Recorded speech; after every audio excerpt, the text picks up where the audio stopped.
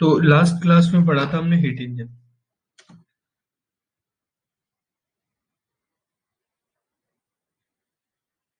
ठीक है।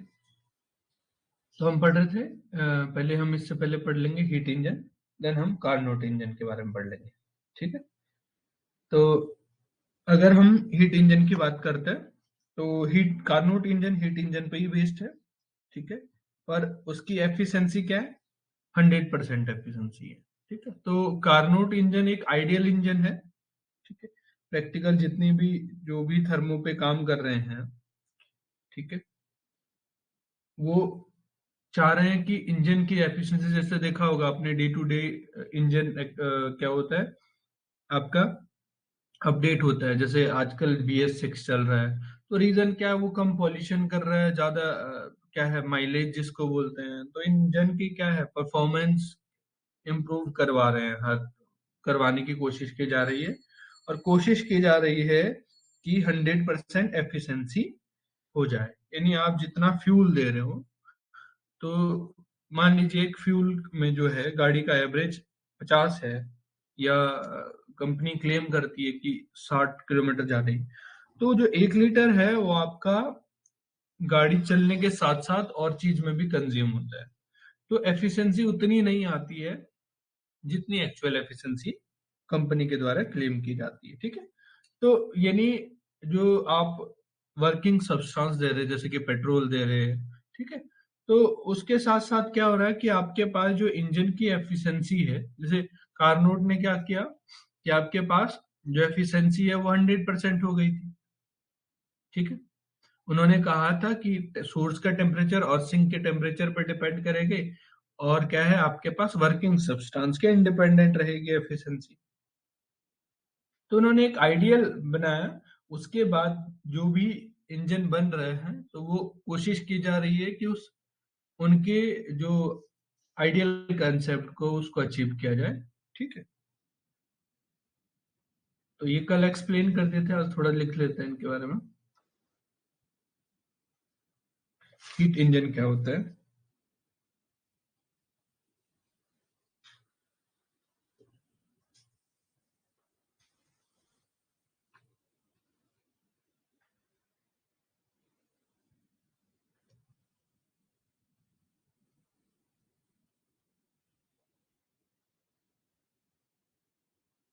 ठीक है। हीट इंजन एक डिवाइस होता है।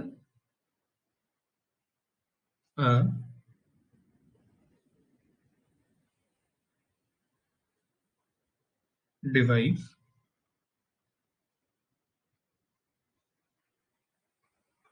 which convert heat into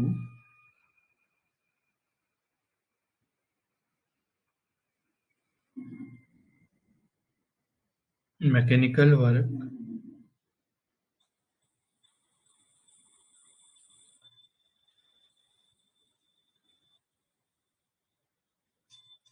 through a cyclic process. Through a cyclic process. Through a cyclic process. ठीक है। तो क्या है, आपके पास एक डिवाइस है जो कि हीट को किस में कन्वर्ट कर रहा है, जो कि ऊष्मा को किस में कन्वर्ट कर रहा है, मैकेनिकल वर्क में कन्वर्ट करता है। ठीक है। किसके थ्रू? Cyclic process. ठीक है। Through a cyclic process. तो एक साइक्लिक डिवाइस है जो कि क्या कर रहा है, हीट को मैकेनिकल वर्क में कन्वर्ट कर रहा है। और अगर मुझे उस इंजन की एफिशिएंसी निकालनी है, अच्छा चलिए लिख लेते हैं पहले, एसेंशियल कंपोनेंट लिख देते हैं।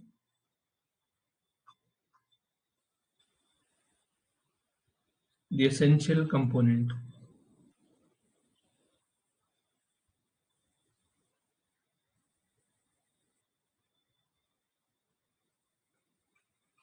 Essential component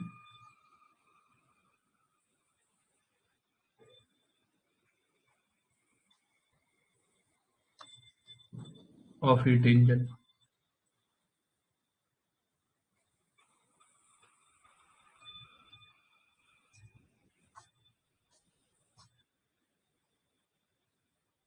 तो पहला होता है सोर्स। अब सोर्स के लिए आप जानते हैं सोर्स के लिए क्या होता है, जो कि क्या होता है, जहां से आपके पास क्या आ रही है, हीट रिजर्वर बोल देंगे। लिख सकते हैं क्या होता है, इट इज हीट रिजर्वर। जहां से आपके पास हीट रिजर्व होती है और सप्लाई होती है हीट। ठीक है।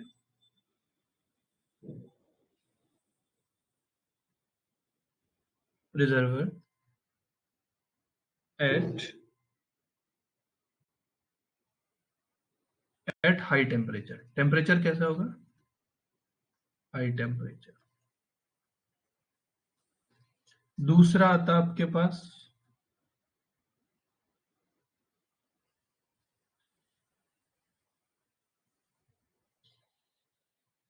दूसरा आता है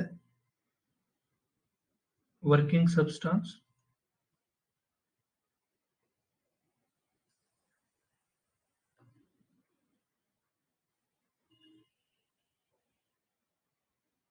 जैसे कि आपके पास जो भी स्टीम हो गया, कुछ भी लिया जा सकता है, पेट्रोल हो गया, ये वर्किंग सब्सटेंस।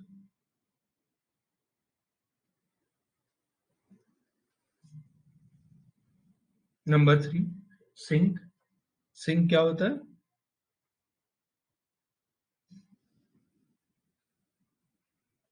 जहां हीट रिजेक्ट होके जाती है, इसको भी क्या बोलते हैं, reservoir of heat at a low temperature. ये भी क्या है, it is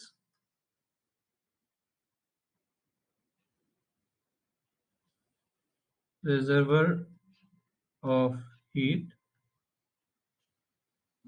at low temperature.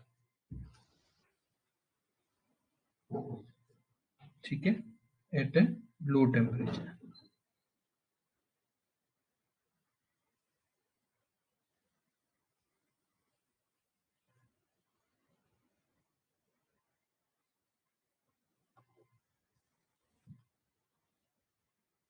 Eight A low temperature.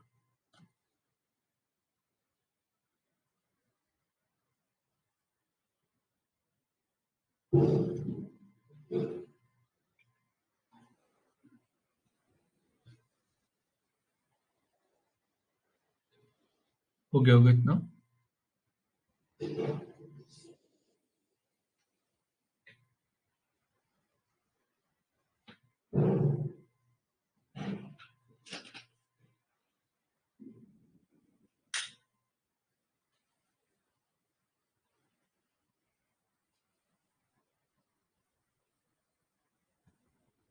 ठीक है, नाउ नेक्स्ट करते हैं आपके पास। अब देखते हैं कि क्या सिंक होता है, क्या सोर्स होता है। ठीक है, तो अगर मैं बात करूं, आपके पास ये सोर्स है, ये भी एक हीट रिजर्वर है, जिसके पास इनफाइनाइट अमाउंट ऑफ हीट होती है, जो कि किसको ट्रांसफर करता है, आपके पास ये है, आपके पास इसको बोलेंगे ये है सोर्स। क्या है, सोर्स। ये आपके पास सोर्स है, यहाँ ये वर्किंग सब्सटेंस है, ये क्या है,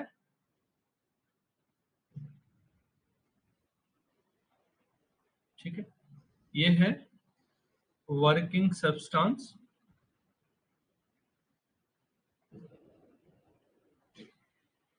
और आपके पास ये क्या है, सिंक।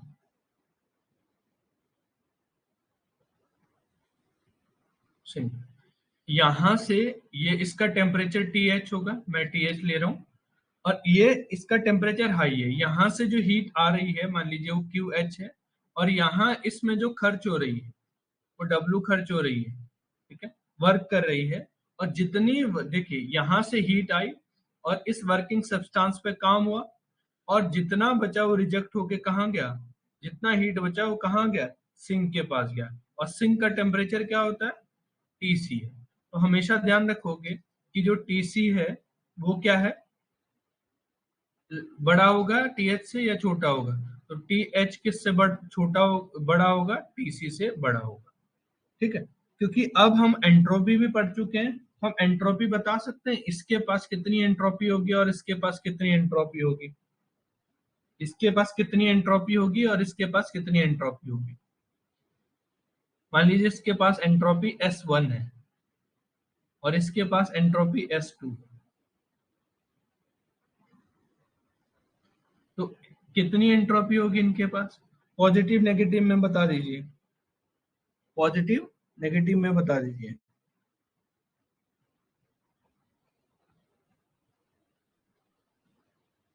एंट्रोपी आप लोग पढ़ चुके हैं।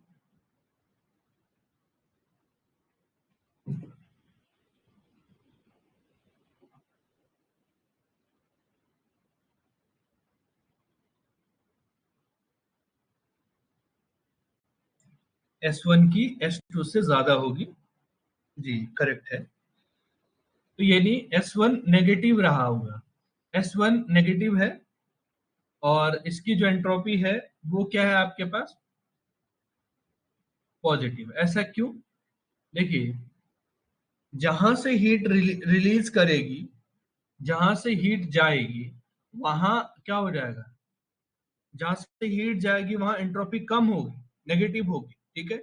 और जहां जा रही वहां की एड ऑन, जहां एनर्जी एड ऑन होगी वहां एंट्रोपी पॉजिटिव हो जाएगी, एंट्रोपी जो रेंडमनेस है वो बढ़ जाएगी, यानी S2 के पास जो एंट्रोपी है वो बढ़ जाएगी, इंक्रीज हो जाएगी, इसीलिए पॉजिटिव। तो बात करते हैं इसकी एफिशिएंसी की, इंजन की एफिशिएंसी की बात करेंगे। एफिशिएंसी क्या होगी, ईटा इक्वल टू क्या होता है, useful work done, useful work done divide by input heat. आप जानते भी एफिशिएंसी कैसे आते हैं, output upon input.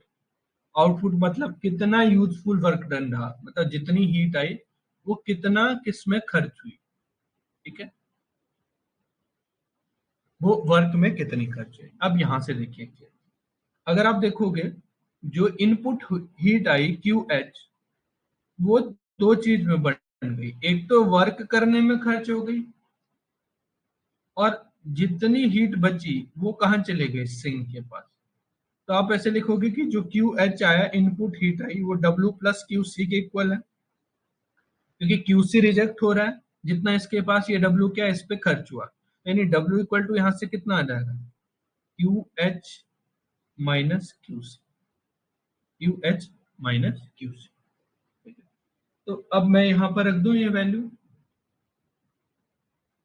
Etah equal to W equal to कितना है, Q H minus Q C divide by Q H.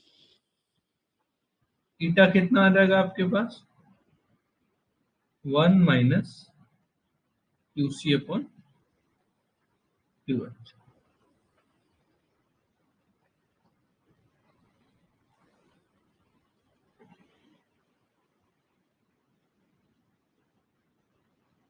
ठीक है, तो ये एफिशिएंसी आ जाएगी।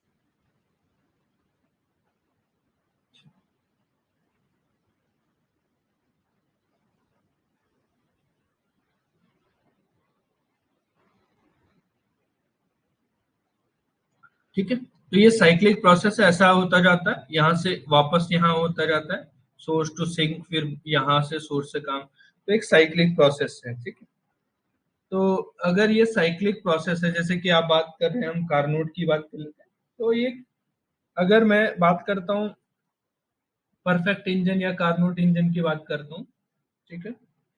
परफेक्ट हीट इंजन,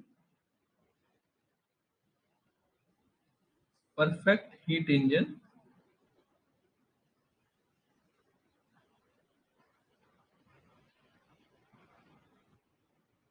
इज, क्या होता है परफेक्ट हीट इंजन, क्या है आपके पास, ये जो एफिशिएंसी होगी वो कितनी होगी, ईटा की वैल्यू 1 होगी, ठीक है। इसका मतलब क्या हुआ कि अगर ईटा 1 हुआ, इसका मतलब हो गया कि आपके पास, इसका मतलब हुआ कि convert all heat into work.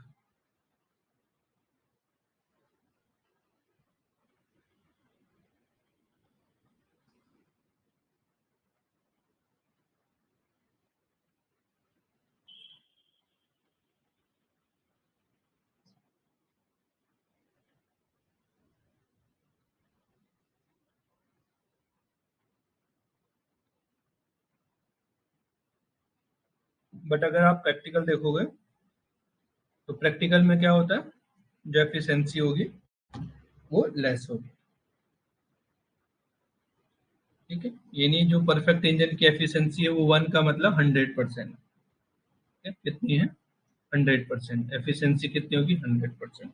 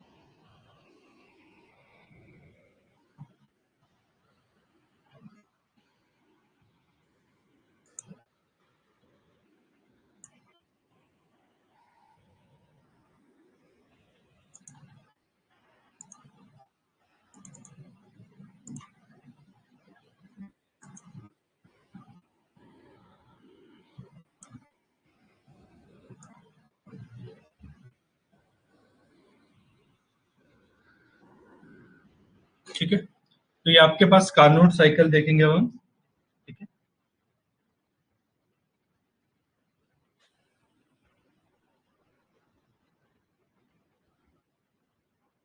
Carnot cycle, ठीक है। कार्नोट साइकिल, क्योंकि कार्नोट हीट इंजन के लिए भी क्या है, कार्नोट हीट इंजन की बात करते हैं तो एक आइडियल इंजन है, ठीक है। और जो कि किस पर कर रहा है, हीट इंजन पे ही काम करता है, ठीक है। जैसे हीट इंजन का मैकेनिज्म है उसी मैकेनिज्म पे काम करता है, ठीक है। इसके लिए भी तीन क्या चाहिए, कंपोनेंट चाहिए, सोर्स चाहिए, वर्किंग सब्सटेंस चाहिए और सिंक चाहिए, ठीक है। तो कार्नोट साइकिल की बात करते हैं,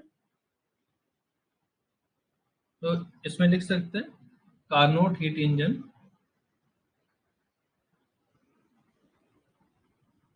कार्नोट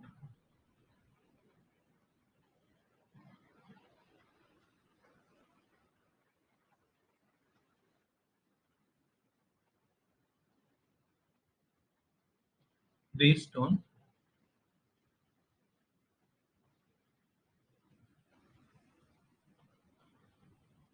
कार्नोट साइकिल। किस पर बेस करता है, कार्नोट साइकिल। जो कि आपके पास कार्नोट साइकिल क्या है, ये देखिए एडियाबेटिक एक्सपेंशन है, जहां पर टेम्परेचर सेम रहेगा, लेकिन जो है इस पॉइंट पर जो प्रेशर होगा और वॉल्यूम होगा वो चेंज हो रहा होगा। यहाँ P1 और P2, यहाँ P2 और V2 है। यहाँ पर टेम्परेचर चेंज हो जाएगा, इससे जब यहाँ से आ रहे हैं, ये ए बी नाम दे देता हूँ मैं, जब आप ए बी से सी में आ रहे हैं, बी सी में आ रहे हो, तो एडियाबेटिक एक्सपेंशन, टेम्परेचर चेंज हो जाएगा, बाकी ये क्या, टेम्परेचर यहाँ पे भी चेंज हो जाएगा और बाकी प्रेशर और वॉल्यूम भी P3 और V3 हो जाएगा। सेम यहाँ से यहाँ आएंगे, लेकिन टेम्परेचर यहाँ पर सेम रहेगा, बस प्रेशर और क्या हो जाएगा, क्योंकि जानते हैं आप आइसोथर्मल में क्या होता है, टेम्परेचर कांस्टेंट होता है, तो इस पूरे प्रोसेस के दौरान टेम्परेचर कांस्टेंट। यहाँ भी अब ये आइसोथर्मल कंप्रेशन हो रहा है, लेकिन टेम्परेचर शुड भी कैसा रहेगा, कांस्टेंट रहेगा। ठीक है, तो टेम्परेचर कांस्टेंट रहेगा। यहाँ से जब आप एडियाबेटिक एक्सपेंशन में जा रहे हो, एडियाबेटिक कंप्रेशन में जा रहे हो, तब आपका ये टेम्परेचर T2 से T1 हो जा रहा है। ठीक है, तो ये एडियाबेटिक एक्सपेंशन है, एडियाबेटिक कंप्रेशन।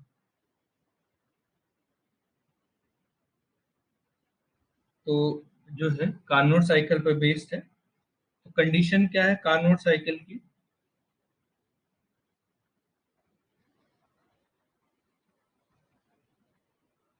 कंडीशन फॉर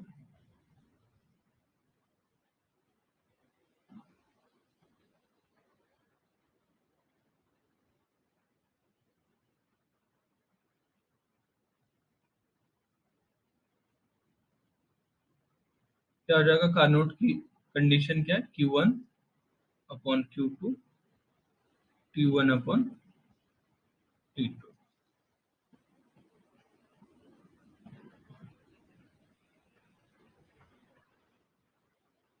अब जो एफिशिएंसी है नोट करके लिखेंगे, कार्नोट इंजन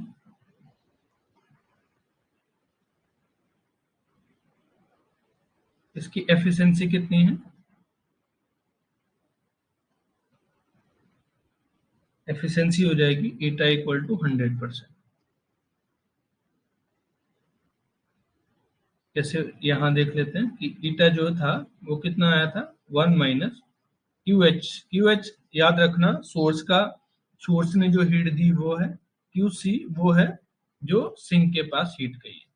तो इसी चीज को आगे कैसे लिख सकते हैं, ईटा इक्वल टू, क्योंकि Q1 अपॉन Q2 यानी ऐसे भी लिख सकते हैं QH upon QC equal to TH upon TC, ऐसे भी लिख सकते हैं। ठीक है,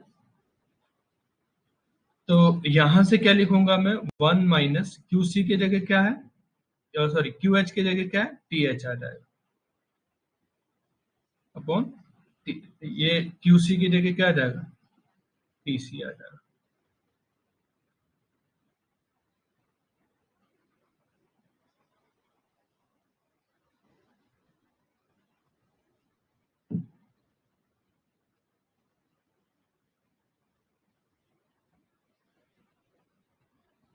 अच्छा, कार्नोट की साइकिल कैसे आएगी, कार्नोट कंडीशन की जो साइकिल है वो आपने, कार्नोट ने क्या किया कि अलग अलग जो आपके पास, जब आप कार्नोट साइकिल के लिए पढ़ते हैं, तो जो आपने टोटल जो वर्क डन है, ठीक है, उसमें क्या हो जाएगा, आपने कार्नोट ने क्या किया कि आपके पास तीन सोर्स, सिंक और क्या थे, वर्किंग सब्सटेंस थे। तो इन्होंने जो है पहले जब आपने क्या किया था, इस साइकिल में गए, तो इन्होंने जो वर्क डन किया W1, और जब आप यहाँ से एडियाबेटिक एक्सपेंशन में गए तो W2 काम किया। अब टोटल वर्क डन को ऐड किया तो यहाँ से क्या आ जाएगा, पूरी साइकिल में कितना वर्क डन आ गया। अब इन्होंने ये पाया कि आपके पास क्या, इसका एक प्रूफ आता है, मैं कोई भी एक बुक में मैं आपको शेयर कर दूंगा कि ये कंडीशन कैसे प्रूफ होती है। ठीक है, अब इन्होंने यूजफुल वर्क डन निकाला, जैसे कि आप जानते हैं आइसोथर्मल में कितना होता है, कंप्रेशन में माइनस हो जाएगा, एडियाबेटिक में भी वर्क डन जाता है। फिर आपके पास एक कंडीशन ऐसे प्रूफ होती है जिसमें क्या है, एफिशिएंसी क्या हो जाएगी आपकी, जो कार्नोट इंजन है उसमें क्या हो जाएगा आपका, ये जो एफिशिएंसी ये कंडीशन मिल जाती है आपको। ठीक है, एक प्रूफ है, अगर आप लोग बोलेंगे तो मैं आप लोगों से शेयर कर दूंगा। ठीक है, तो लेकिन हर एक प्रोसेस के लिए इन्होंने पहले वर्क डन निकाला, जब वर्क डन ऐड किया तो आपको पता है कि क्या है, हो जाएगा, जो आपने क्या रख दिया, वर्क डन के इक्वल क्या हो जाएगा, इनपुट हीट, एफिशिएंसी से निकाल रहे हो। तो एक कंडीशन पे क्या आ जा रहा है, तभी आप इसको सॉल्व कर पाते हैं, यानी तभी एफिशिएंसी 100% आती है। अगर आप क्या करते हो, जब आप QC के जगह TC रख देते हैं और QH की जगह TH रख देते हैं, तब आप वो कंडीशन अचीव कर पाते हैं। इसीलिए इस कंडीशन को ही क्या बोला गया था, इसीलिए इस कंडीशन को क्या बोला गया आपके पास, इस कंडीशन को बोला गया कार्नोट।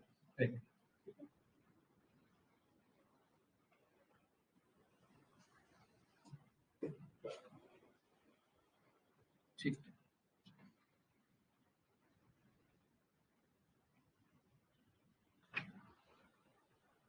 हाँ मैं शेयर कर दूंगा। ठीक है, तो जो आपके पास अगर आप देखोगे तो क्या है, ये कंडीशन जब तक ना होगी, तो मैं आइडिया दे देता हूँ, डेरिवेशन का आइडिया भी दे देता हूँ आपको थोड़ा सा। जब आप बाद में आपके पास लॉगरिथमिक में आ रहा होगा ना, क्योंकि जो W1 रहा होगा, W इक्वल टू कितना आ रहा होगा, W1 plus W2 plus W3 और W4। तो जो W1 है तो कुछ ऐसा आ रहा होगा, NRT log V final upon V initial, plus ऐसे ही इसमें भी आ रहा होगा एडियाबेटिक में। ठीक है, 1 गामा-1 P इनिशियल V इनिशियल ऐसे करके। ठीक है, तो एक कंडीशन ऐसी आएगी जब आपको ये वैल्यू पुट करनी पड़ेगी, तभी जाके आपको पास क्या है, अचीव हो। ठीक है,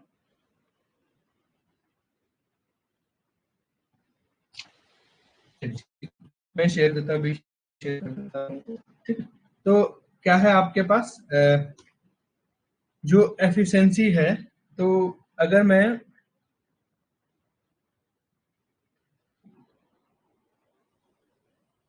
ठीक है, तो ऐसी कई कंडीशन आएगी जब आपको ये करना पड़ता है, तो इसी कंडीशन को क्या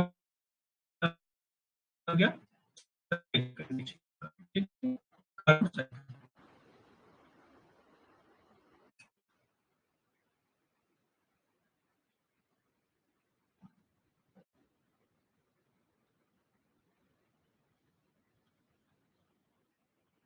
चलिए, जी एफिशिएंसी आपके पास आई, जो एफिशिएंसी आपके पास आई है, ये एफिशिएंसी है ईटा।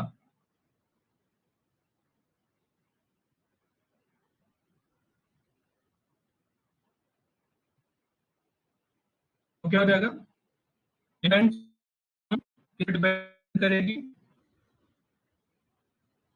Depends only on temperature of source,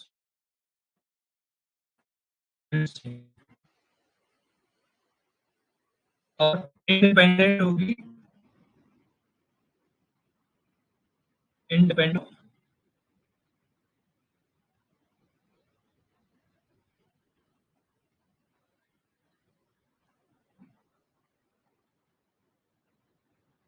ठीक है, यानी जो एफिशिएंसी है, अब ठीक होगी शायद वैसे, इंडिपेंड जो है एफिशिएंसी है, वो क्या है, इंडिपेंडेंट होती है किसके, independent of working substance,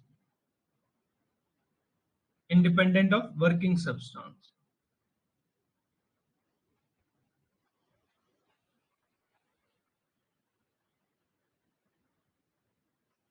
working substance के इंडिपेंडेंट होगी, और डिपेंड किस पे करेगी, सोर्स और सिंक के टेम्परेचर पर ओनली। किस पर डिपेंड कर रही है, सोर्स और सिंक के temperature, independent of working substance. अब भी है वो इस इशू है अभी भी।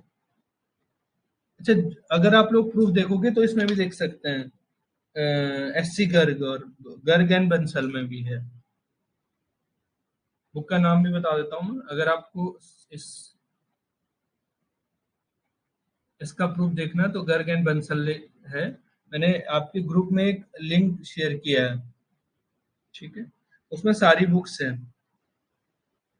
तो अगर आप लोगों को पर्टिकुलर ऐसा कोई टॉपिक देखना है तो आप उसमें देख लेना। ठीक है,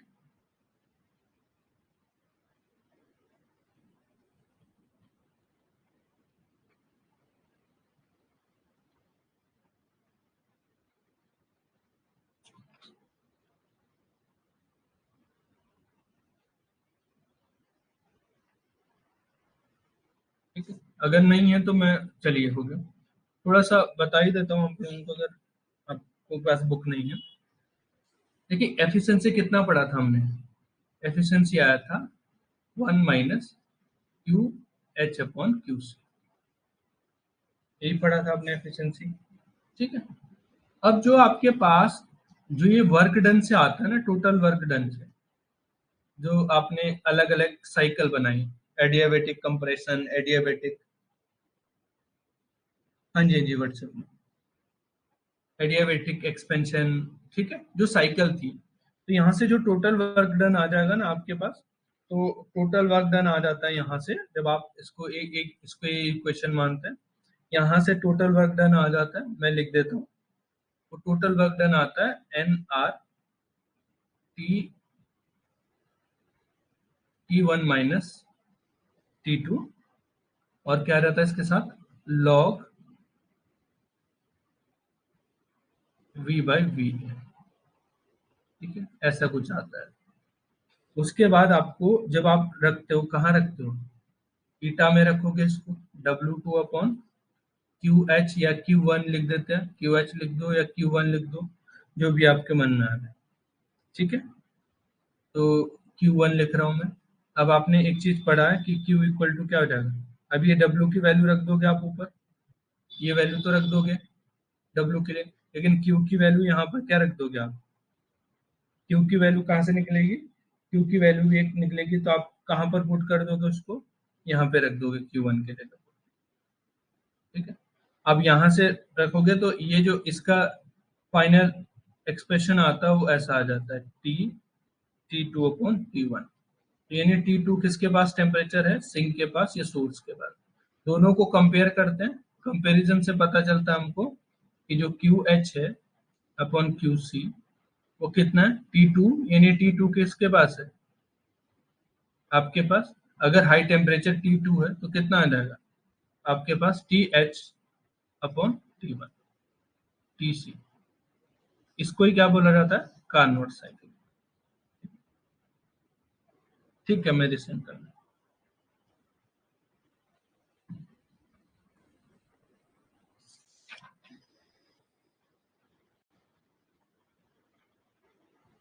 चलिए हो गया। तो कुछ क्वेश्चन कर लेते हैं, इस क्वेश्चन का आंसर बताओ मेरे को।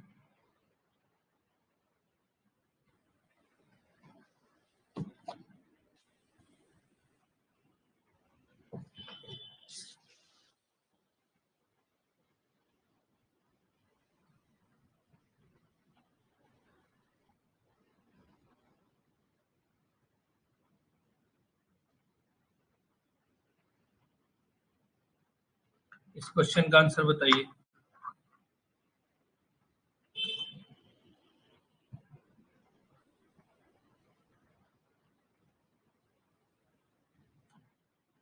ये यूपी पॉलिटेक्निक का क्वेश्चन है, ठीक है।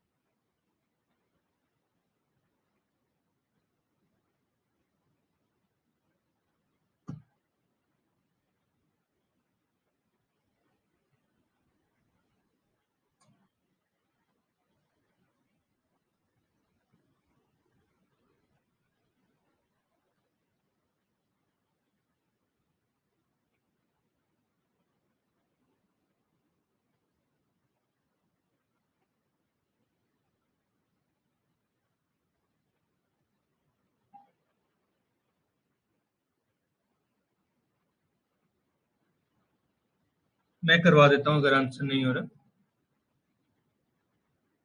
ठीक है,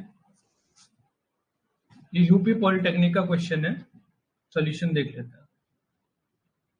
सॉल्यूशन ये कह रहे हैं कि Carnot engine temperature of sink जो टीसी है वो कितना दे रखा है, 27 डिग्री सेल्सियस दे रखा है, और एफिशिएंसी दे रखी कितनी, 40%। कह रहे हैं कि टेम्परेचर क्या होगा सोर्स का,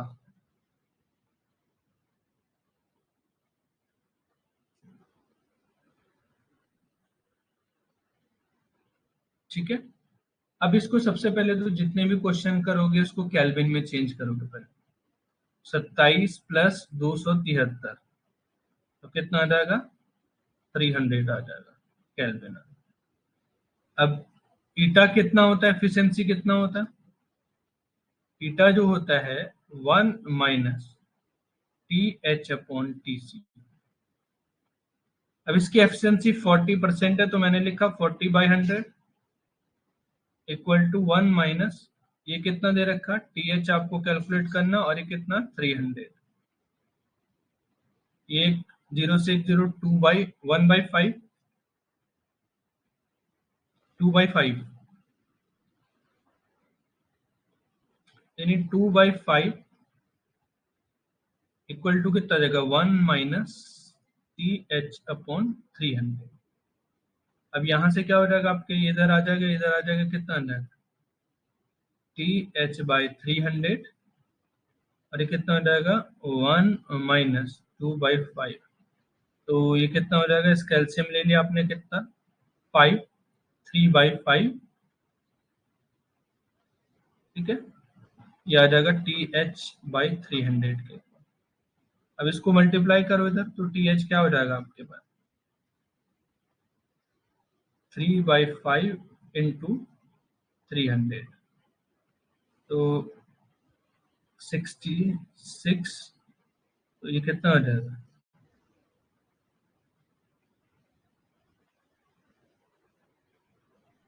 कितना आ जा रहा है,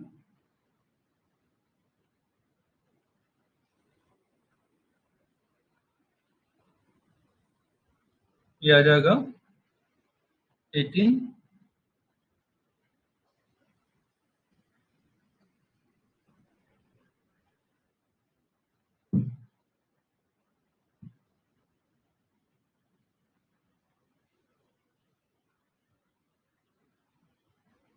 हमारा गलत आ रहा है क्या कहीं से?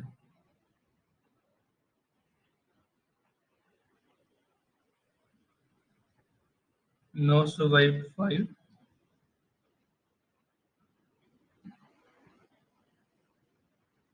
ठीक है। कितना आ रहा है?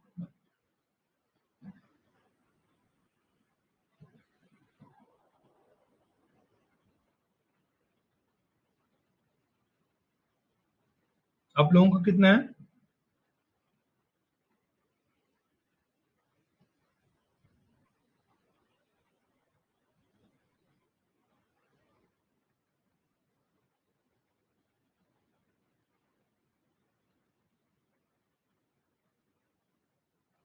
180, ठीक है।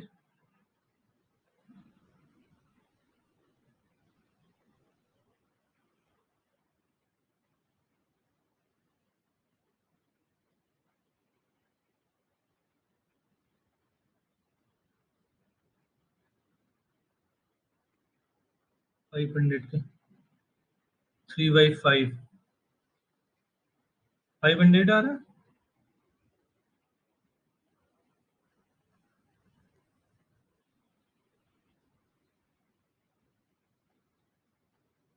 आंसर बताओ, आंसर कौन सा मैच कर रहा है?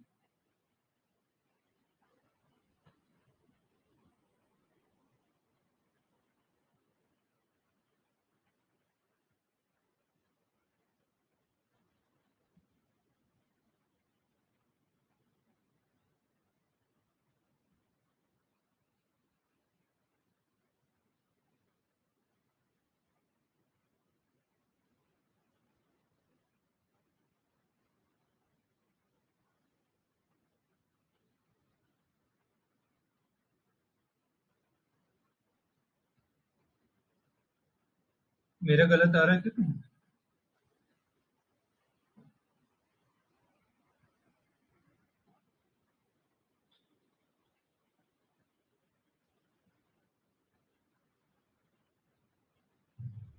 ये फॉर्मूला है,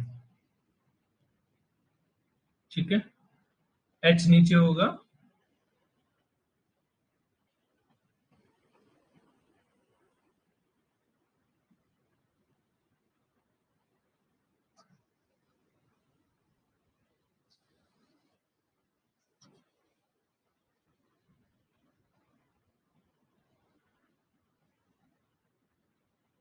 ठीक है,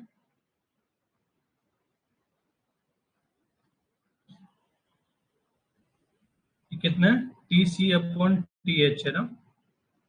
सिंक का टेम्परेचर तो दे रखा है 1 माइनस कितना, सिंक का temperature 300 upon T H. Efficiency कितनी है 40/60, सॉरी 40/100, 40% दे रखी है, तो कितना आ जाएगा, ये आ जाएगा 2/5, 2/5।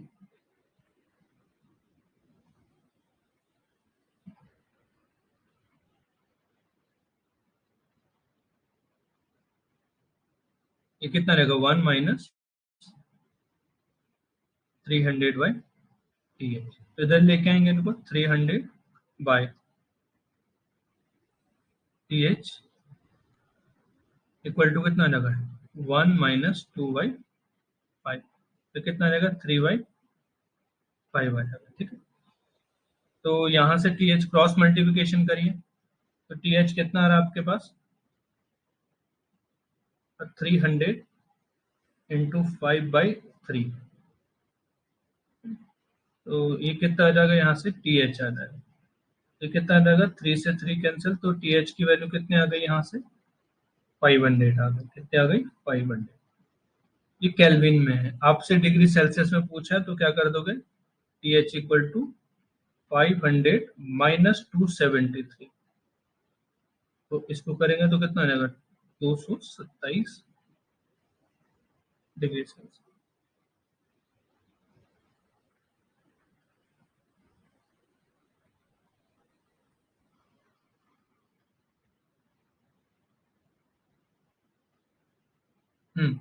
ठीक है, एफिशिएंसी में ध्यान रखना ऐसा ना हो कि आपके पास उल्टा फॉर्मूला यूज करें। ठीक है, आपको क्या है, आपके पास सिंक का टेम्परेचर T2 ऊपर होता है, T1 नीचे होता है।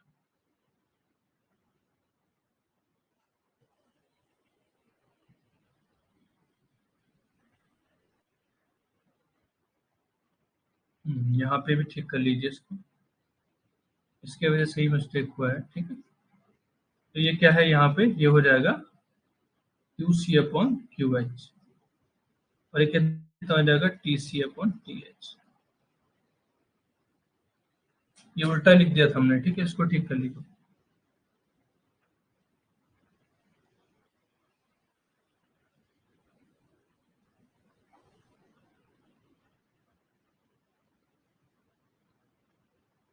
ठीक है, इसको ठीक कर लो,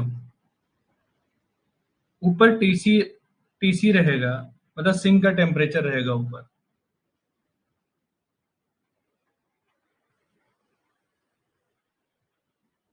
चलिए नेक्स्ट क्वेश्चन है,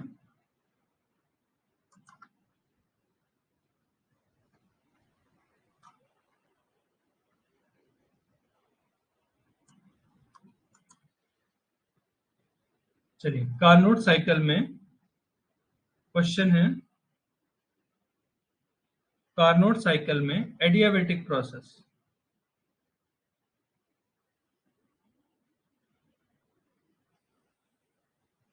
कितनी बार होती है।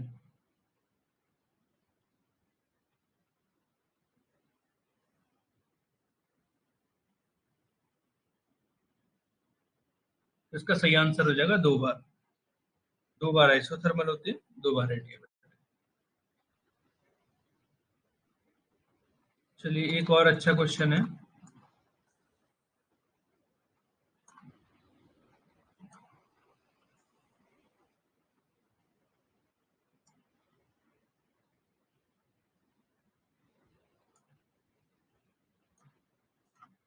चलिए आरपीसी का क्वेश्चन है, आरपीसी स्कूल लेक्चरर का। अगर आप क्वेश्चन कर सकते हो तो आरपीसी और जो यूपीपीएससी है इनके क्वेश्चन अच्छे होते हैं, राजस्थान के जो होते हैं वो तो और भी अच्छे होते हैं। ठीक है, तो आप लोग इनको लगा सकते हैं, जैसे राजस्थान में पॉलिटेक्निक का हुआ तो उसके क्वेश्चन आप लगा सकते हो। ठीक है, क्वेश्चन है कि अ परफेक्ट कार्नोट इंजन काम कर रहा है किसके बीच, बिटवीन सोर्स का टेम्परेचर इतना है, सिंक का टेम्परेचर इतना है, वर्क इफ वर्क आउटपुट इतना दे रखा, then amount of heat reserve from this source. ठीक है, क्यू एच बताना आपको। क्या बताना? Q H. तो आपको पता है यहाँ से क्या है, देखिए ये क्या है, W इक्वल टू कितना होता है?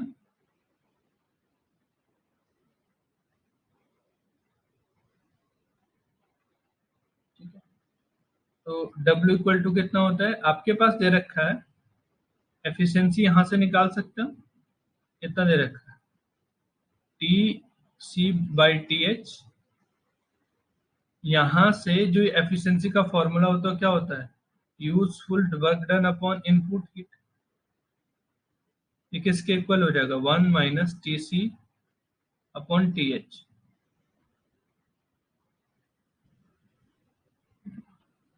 तो क्यू, यहां से डब्ल्यू की वैल्यू दे रखी है, डब्ल्यू की वैल्यू कितनी दे रखी है, पहले तो टीसी कितना है, टीसी हमेशा अगर नहीं समझ में आए तो लो टेम्परेचर होता है, कितना, 127।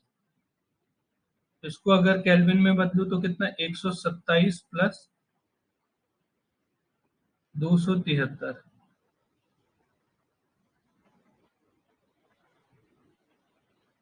तो कितना हो जाएगा, 400 केल्विन। और टी एच कितना दे रखा है, 227 डिग्री सेल्सियस। तो कितना हो जाएगा, 227 प्लस 273, ये हो जाएगा 500 केल्विन। यहाँ पे आपके पास क्या है, ये आ जाएगा डब्ल्यू अपॉन क्यू एच, यानी डब्ल्यू की वैल्यू दे रखी है आपके पास कितना, डब्ल्यू की वैल्यू दे रखी है 10⁻³ divide by Q H, 1 - T C की वैल्यू कितनी है,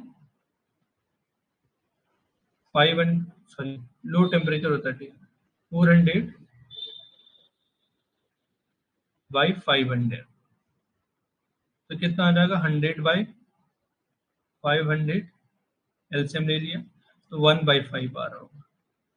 तो अब यहाँ से कितना हो जाएगा, मल्टीप्लाई करोगे क्योंकि ये 10⁻³ है, क्रॉस मल्टीप्लिकेशन, तो 10⁻³ इंटू 5, ये किसके इक्वल है, क्यू एच के इक्वल। तो इतना ही दे रखा होगा कहीं पर, ऑप्शन सी में दे रखा है, option C is a correct option. जितने भी क्वेश्चन है वो आपसे हो जाएंगे इसी तरह।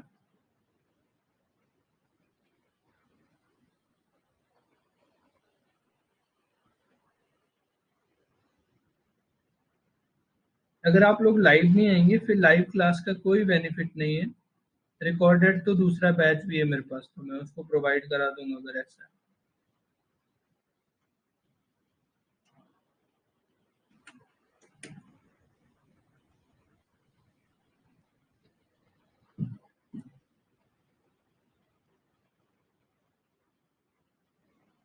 चलिए, आप लोग इस क्वेश्चन को करिए।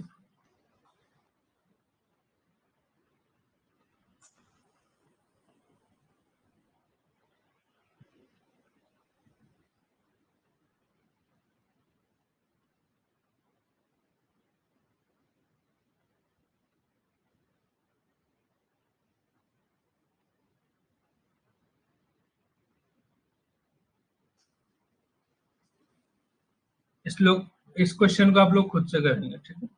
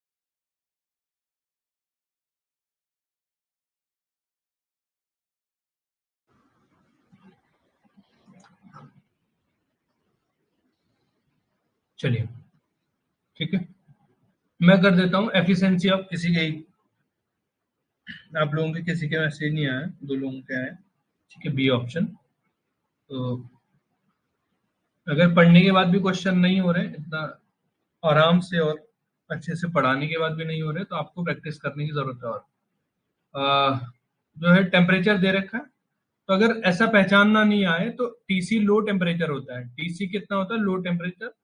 17 डिग्री दे रखा है, 17 डिग्री सेल्सियस, इसको केल्विन में बदलो, ठीक है, कितना हो जाएगा? 273 प्लस 17 कितना बन जाएगा? 80 90, 290, और ये कितना हो जाएगा? टीएच कितना हो जाएगा? ये दे रखा है 137 डिग्री, इसको भी केल्विन में बदलो, 273 प्लस 137 कितना हो जाएगा? ये हो जाएगा 80, 300,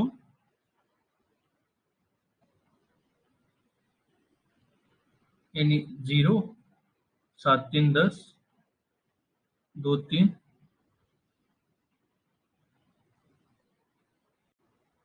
410, ठीक है। तो एफिशिएंसी पूछिए आपसे, तो ये कितना था? 1 - T C upon T H. तो टी सी कितना है आपके पास? 290 अपॉन टी एच कितना है? 410। दोनों को माइनस करो, कितना आ जाएगा? 410, ठीक है। देखो पास पास की एफिशिएंसी है तो आप इग्नोर नहीं कर सकते 10 को।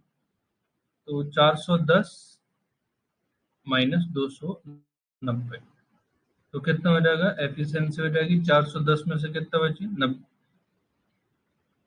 तो कितना हो जाएगा?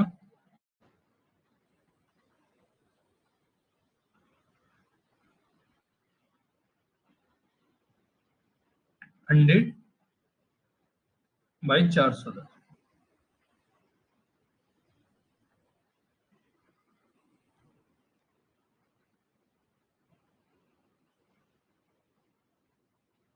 ये कितना हो जाएगा?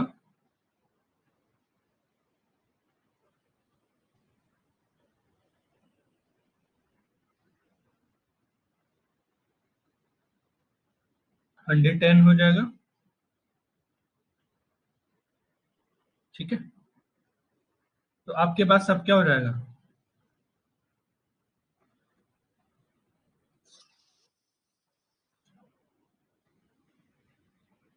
अब तो आई निकल जाएगा सबसे।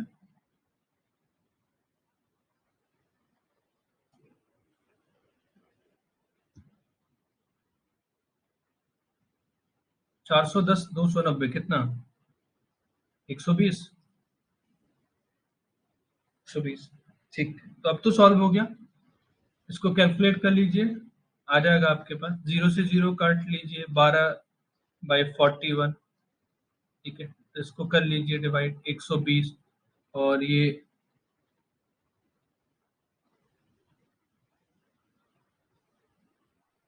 120, तो ये कितना हो जाएगा? 41, 41 टू जा कितना? 80, और ये आ जाएगा 120। अगर इसको आप करोगे तो 120, तो यानी टू, टू तो, थ्री तो वैसे भी नहीं जाएगा। अगर इसको पॉइंट लगाओगे ना आप, तो ऊपर बन गया 120, 120 41, यानी थ्री तो ऊपर जाएगा, तो टू से ही करना पड़ेगा, ठीक है। देखो ना, अगर 41, यहाँ कितना हो जाएगा? 120 से ऊपर ही जाएगा, तो टू आएगा यहाँ पर, तो टू दो में है, या तो ए में है या बी में है। अब देखते हैं कितना बच गया यहाँ पे। तो आप जैसे करोगे तो ये आ जाएगा कितना? 82, कितना हो जाएगा आपके पास? 8 48, 480 हो जाएगा। अब 480 कितना? 41 इंटू 9 कर लो, तो कितना? 9 और 36,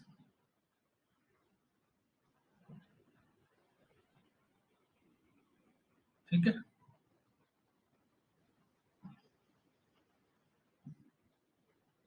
कितना आ जा रहा है? कर सकते हैं आप यहाँ से, तो कितना आ जाएगा? 3 आ जाएगा, 9 आ जाएगा,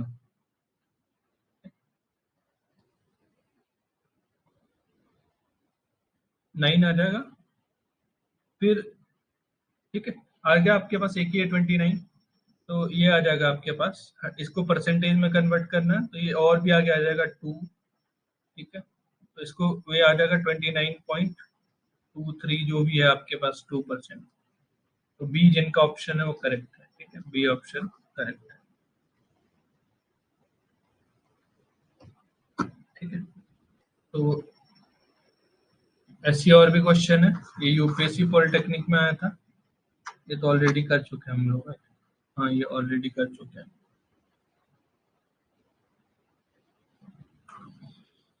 चलिए, तो हेडिंग लगाइए रेफ्रिजरेटर।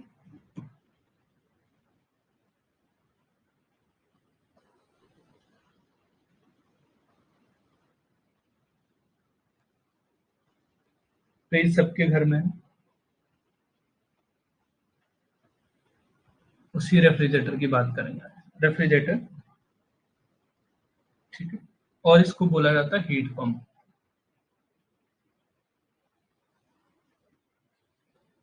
हीट पंप क्या होता है आपके पास रेफ्रिजरेटर, तो एक साइक्लिक डिवाइस है ये भी, जो कि हीट को क्या करता है, हीट को लेता है कहाँ से, लो टेम्परेचर से और हाई टेम्परेचर बॉडी की तरफ। मतलब जैसे कि आपने देखा होगा, आपके फ्रिज का टेम्परेचर है, आपके फ्रिज का टेम्परेचर है, मान लीजिए आपने सेट कर रखा है 2 डिग्री।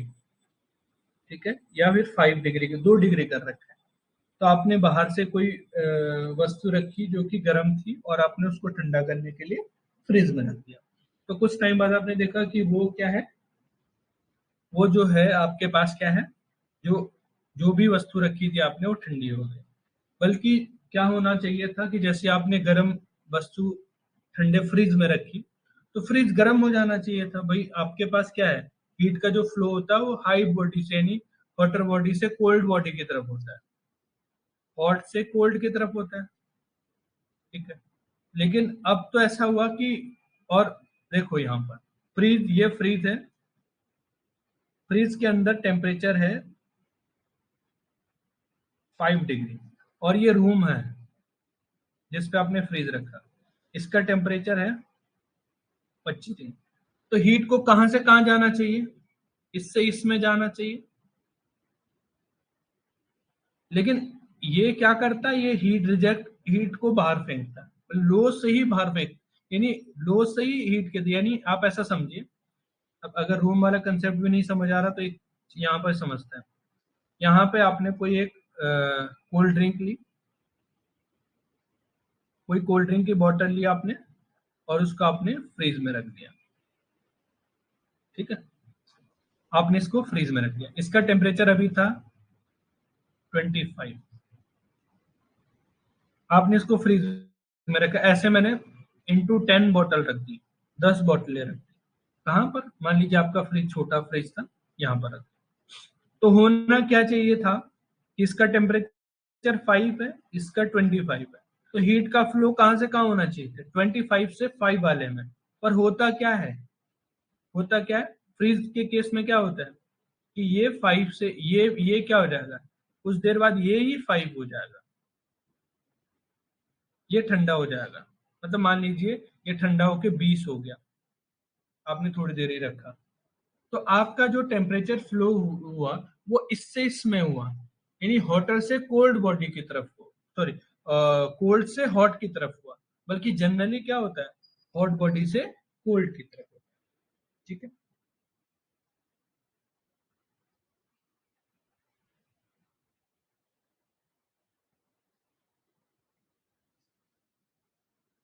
चलिए इसमें लिखिए, a cyclic device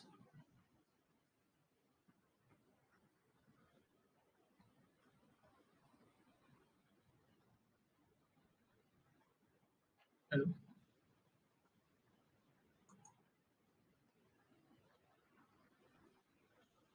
a cyclic device,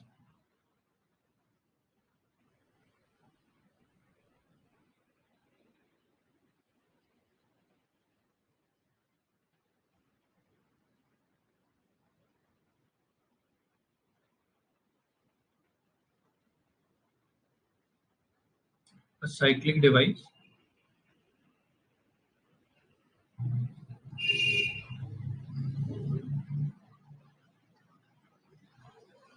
which take heat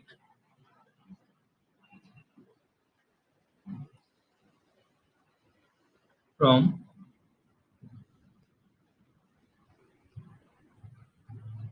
lower temperature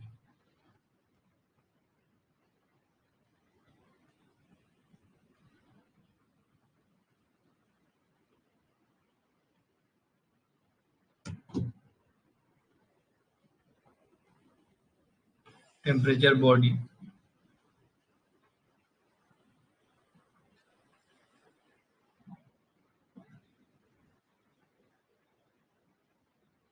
and provide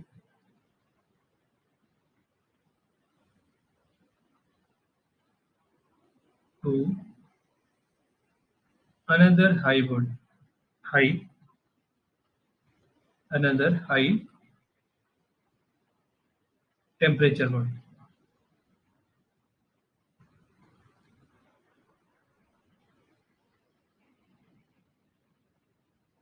with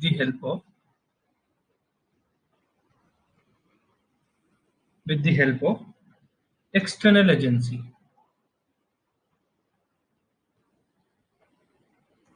External agency.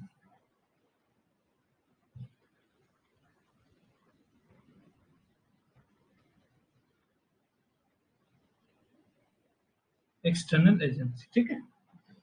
तो क्या है, जो फ्रीज का कंसेप्ट बताया, जब तक आप स्विच नहीं लगाओगे, इलेक्ट्रिसिटी नहीं दोगे, तब तक फ्रीज काम नहीं करेगा, ठीक है। तो एक्सटर्नल एजेंसी वही है, जैसे कि फ्रीज में आप प्लग जब लगाओगे तो वो क्या है, एक्सटर्नल एजेंसी है।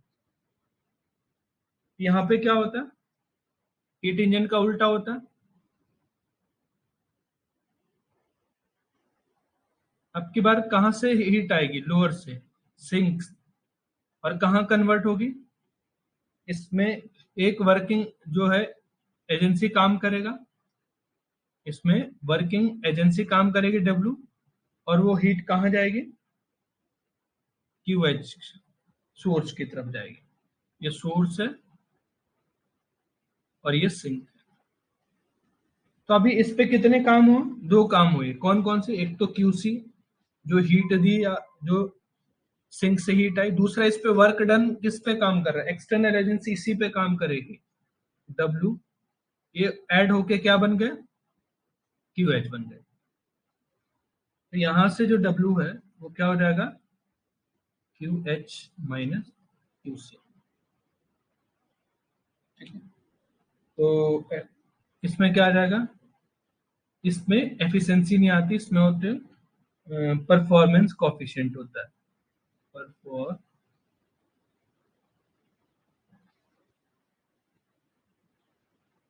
परफॉर्मेंस कोफिशिएंट होता है, ठीक है। तभी तो आप बोलते हैं 1 स्टार, 2 स्टार, 3 स्टार। वो क्या है, एफिशिएंसी नहीं, परफॉर्मेंस क्या है, परफॉर्म कोफिशिएंट ऑफ परफॉर्मेंस है, ठीक है। तो बीटा इक्वल टू कितना आ जाएगा, क्यू सी, यानी इनपुट कहां से, अब इनपुट क्या है आपके पास, इनपुट क्यू सी है, इनपुट अपॉन वर्क डन ना, यूजफुल वर्क डन, और ये कितना आ जाएगा, डब्ल्यू आ जाएगा, उल्टा हो जाएगा ना आपके पास इसमें। तो कितना आ जाएगा, beta Q C by W, W की जगह क्या है, Q C by Q H minus Q C. ये कितना आ जाएगा आपके पास, जब आप इसको सॉल्व करोगे तो कितना आ जाएगा, sorry, beta equal to, beta equal to कितना, Q C upon Q H minus Q C,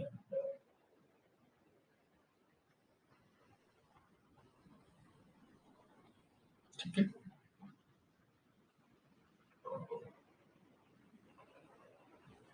C stand for कौन सा, सी,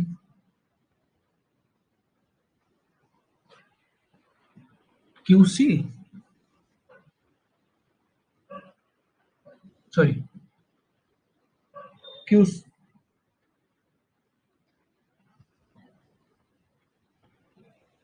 पहले से तो लिख के आ रहे हैं हम, जो क्यूसी है ये तो हम पहले से लिख रहे हैं।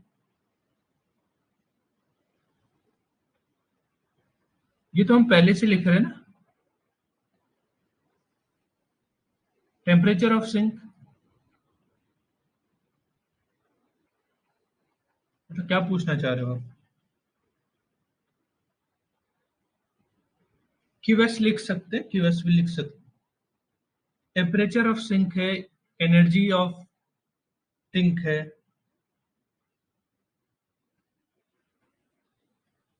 चलिए, तो नेक्स्ट है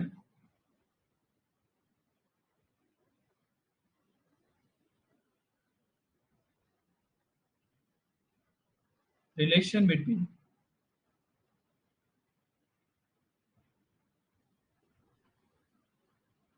नोट करके लिखेंगे,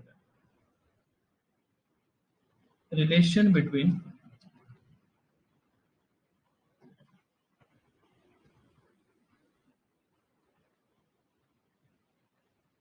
बीटा एंड ईटा।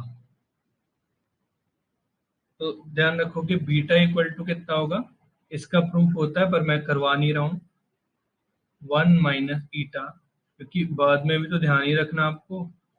जिनको प्रूफ चाहिए तो मैं बता भी देता हूँ, बता भी दूंगा आप लोगों को कैसे होता है। ठीक है, ये फॉर्मूला ध्यान रखोगे आप।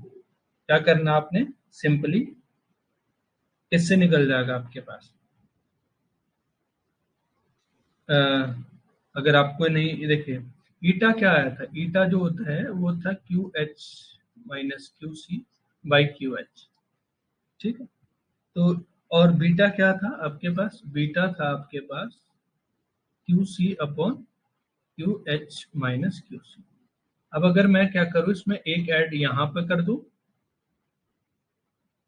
और एक ऐड यहाँ पे कर दूं, तो कितना हो जाएगा, इसको सॉल्व, ये हो जाएगा QC प्लस कितना हो जाएगा QH - QC, और नीचे कितना हो जाएगा QH - QC। ये दोनों कैंसिल हो गए, तो ऊपर कितना जाएगा QH/QH - QC। तो ये देखो ये कितना है, ईटा है ये। ठीक है, ईटा है तो यानी 1 + बीटा इक्वल टू कितना हो जाएगा। देखो ईटा इक्वल टू कितना होता है, ईटा इसका उल्टा है, ये 1/ईटा बन गया। तो यहाँ से अगर आप देखोगे तो बीटा की वैल्यू कितनी आ जाएगी, बीटा की वैल्यू आ जाएगी 1/ईटा - 1।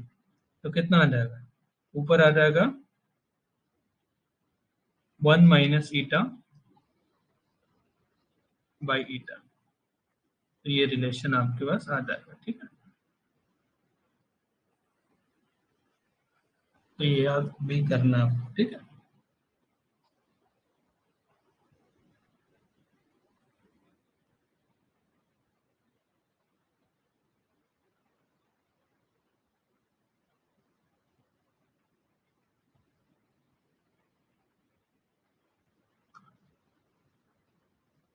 चलिए, तो क्वेश्चन कैसे आते हैं इससे, क्वेश्चन ऐसे आते हैं।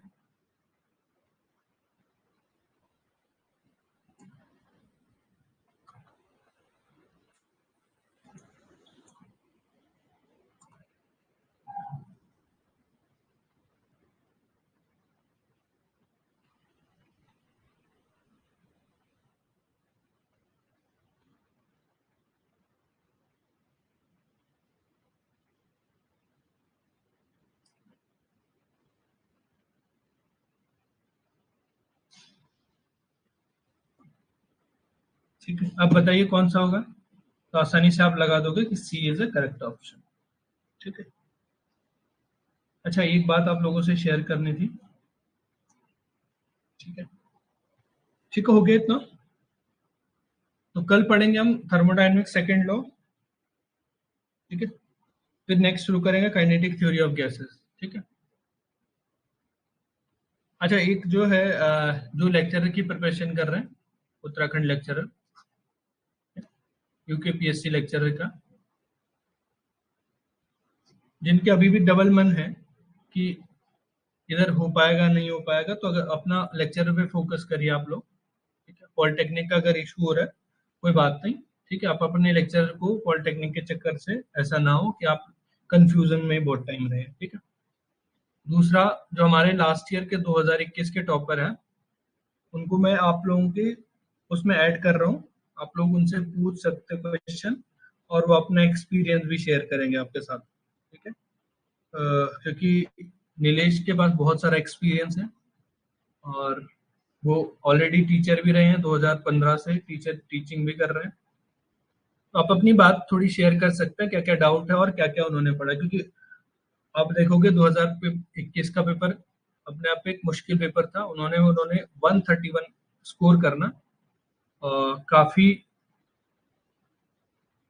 क्या है, बहुत ज्यादा सही है, क्योंकि उनका 2018 का पेपर भी ऑलरेडी दिया था उन्होंने, लेकिन उनका नई सिलेक्शन हुआ बिकॉज ऑफ गाइडेंस थोड़ी सी। तो आप लोग भी थोड़ा जान लीजिए कहाँ कहाँ से उन्होंने कोचिंग की और क्या क्या पढ़ा, ठीक है। तो मैं उनको आपके साथ ऐड कर रहा हूँ, मैं इसको डिसकनेक्ट कर रहा हूँ, देन कनेक्ट करके आप लोगों के साथ ऐड करूंगा, ठीक है। आप लोग ज्वाइन कर लेना।